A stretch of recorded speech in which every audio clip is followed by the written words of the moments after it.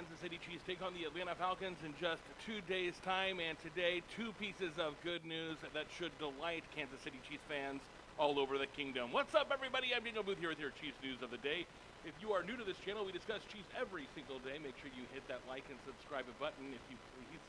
And join in the conversation in the comment section below. So let's get right to it.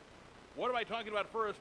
First and foremost, the Chiefs saying they have no concerns over Travis Kelce's slow start. While Kansas City's star tight end has started the season slowly, and those around him, it says here, those around him are not worried. Now, first and foremost, I am the first to admit, I thought that Travis Kelce is potentially done. We all know in professional athletes' careers that there just comes a time when you wake up and one day it's all over. A lot of times it's not this slow and gentle decline down the stairs. No, it is just one morning your body just can't do it anymore, and you are no longer the player that you once were. I was beginning to wonder if that was happening to Travis Kelce this year, or is it just too much jet setting around the world with Miss Taylor Swift and the limelight and all the distractions that come with fame and fortune. You almost have to argue that he is more famous now than Patrick Mahomes, and Patrick Mahomes is pretty stinking famous. It's just been that crazy of a transition, him there dating Taylor Swift. So I started to wonder, is he just distracted? Has he just lost interest in football? Because he has been virtually non-existent in the first 2 games of this season. Well, Andy Reid says no. Andy Reid says don't worry about it. It says here, right here, other teams have some things they were attempting. He'll get his catches. It's not that he's slowing down or any of that.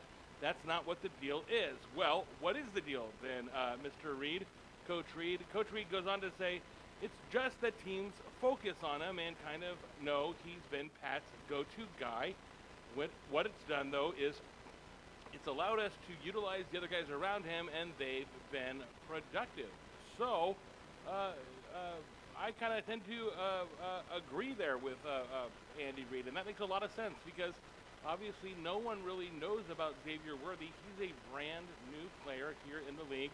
We know about Rashee Rice, but he got in so much trouble with the law. Then we had Hollywood Brown go down, and so it's not unthinkable to think that the defensive coordinators around the NFL are still thinking, well, Travis Kelce's the guy, and so we're going to take him out of the equation and force the Chiefs to find other weapons. And the problem that these defenses don't know is they've found those other weapons.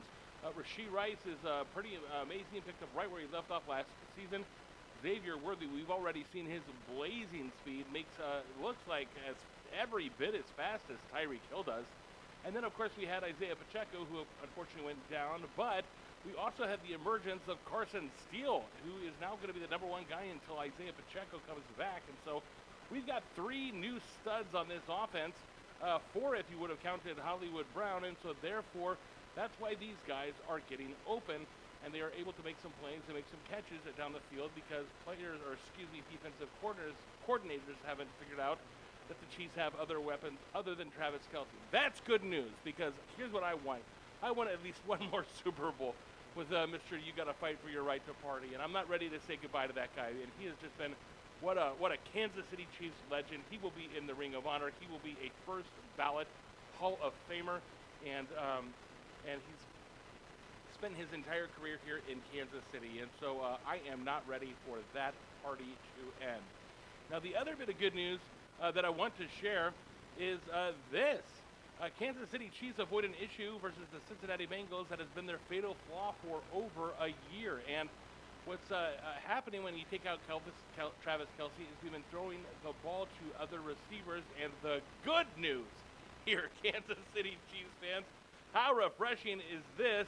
The Chiefs led the league in drops in 2023 with 44. Many of those drops came during crucial situations. Thanks, Kadarius Toney, ultimately costing them some games.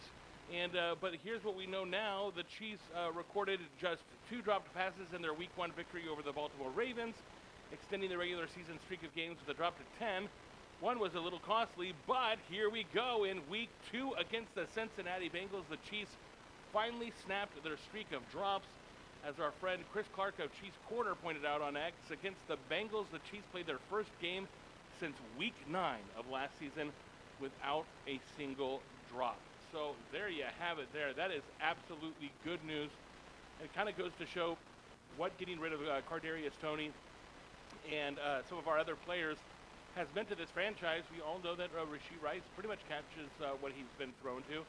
Juju Smith-Schuster had that drop last week against the Ravens, but let's remember that is a really, really, really tough catch he had to make over his head, in the air, falling down on the ground.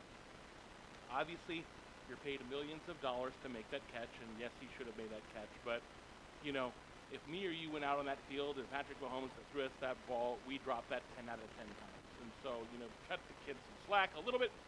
But the good news is the Kansas City Chiefs may have stopped their dropping issue or fixed their dropping issue. And wouldn't that be refreshing news, specifically in the playoffs this year? Let me know what you think in the comment section below. I'll comment back. Thanks for watching. Make sure you hit that like and subscribe button. That's the two good pieces of news, Kansas City Chiefs fans, heading into this match against the Atlanta Falcons. We'll break down that game tomorrow. Until then, have a wonderful and a safe Friday. And as always, go Chiefs.